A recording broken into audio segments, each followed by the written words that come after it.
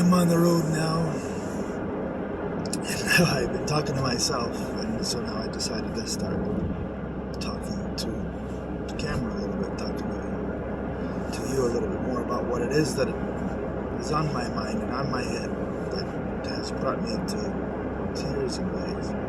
Now, why I want to create this club and Simon so much. I brought myself back to childhood, to what happened in my life and how kids need social help. They need positive social interaction. See, we're getting help, such as food stamps and everything, is a great thing, but it's not everything that a child needs. Food is just one aspect of the whole life that is needed. And when I was a kid, for the first 4 or 5 years, there were good places that helped. There's one called the Leo Head Start program that I was in. I know there's probably Head Start programs all over, but I don't know if they're quite what that place was.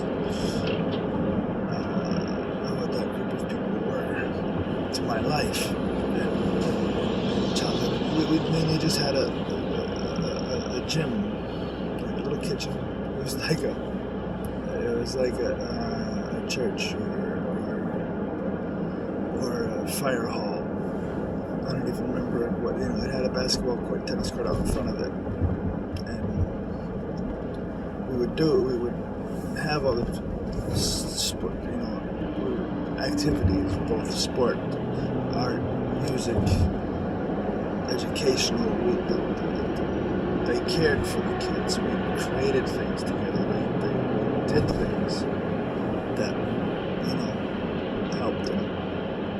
Why I say they cared for the kids is that when I was 6 and I got hit by the car and I was in the hospital for a month, one of the ladies that worked there and helped run it, most of her thing was driving us around, picking us up, bringing us to all the different places we went to. But she came and sat there the whole one whole day, and brought what do they call it? I don't know. They make the paper rings and you staple them together. I did it with my daughter once. We made a big long thing, and we hung it in her room, and she loved it. But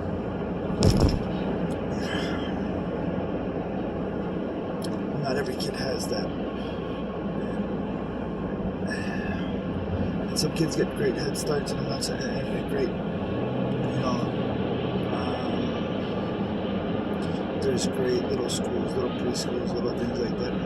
My child's in a church preschool that she must love because she loves the kids, because they need the interaction with the kids, and the teachers don't show, make her upset or anything like that, which is great.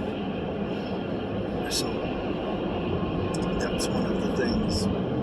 But not every child has that, and not every child either can afford different things or are above the poverty level that, per se, we were in when I was young, which is no one's fault, because I've gotten my mother fired several times. That goes on in a different way. I want to create something that stands in the middle of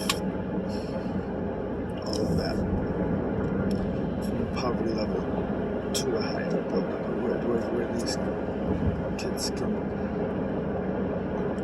create social bonds and motivational bonds and intellectual bonds, because you have to have. I discussed this more with ADHD and stuff. I didn't accept it when I was a kid, because in a way they were judging every kid that's what they were playing on. As an adult, I have adult ADHD. I have ADHD. But as a child, being forced made it a different thing. you have to keep a child's attention, and the school system, the structures are sometimes just too structured. No kid left behind. I don't want any kid left behind. But you have to be able to meet them where they are and create things that bring them into what they need to learn. I mean, Schoolhouse Rock is remembered for what it was. Sesame Street is still here for what it is, and what Jim Henson and the team created. They knew that in order to help, even Mr. Rogers, in order to be able to help teach, influence even social issues to a child, you can't just put a book in front of their face and read that this is how the world works. You need to be able to showcase it to them in a way that they stay interested. And not every kid has the same interest. That's why there's so many different ways. That's why there's so many different things that can be created and done on a different day-to-day basis. And that's what the child part of Club Simon is. I went to the mall. I was going to put it in the mall, but they wanted a design. They wanted to know how I wanted to structure the whole place. But Leo had said we didn't have a structured place. One day we'd end up going to the local YMCA, or there was this, I don't even know where it was, but there was this other gym we went to, which was just beautifully set up to play all sorts of other different games. We played indoor dodgeball in the field. It was gorgeous. A few, happy moments before I was 6 years old, and my mind changed.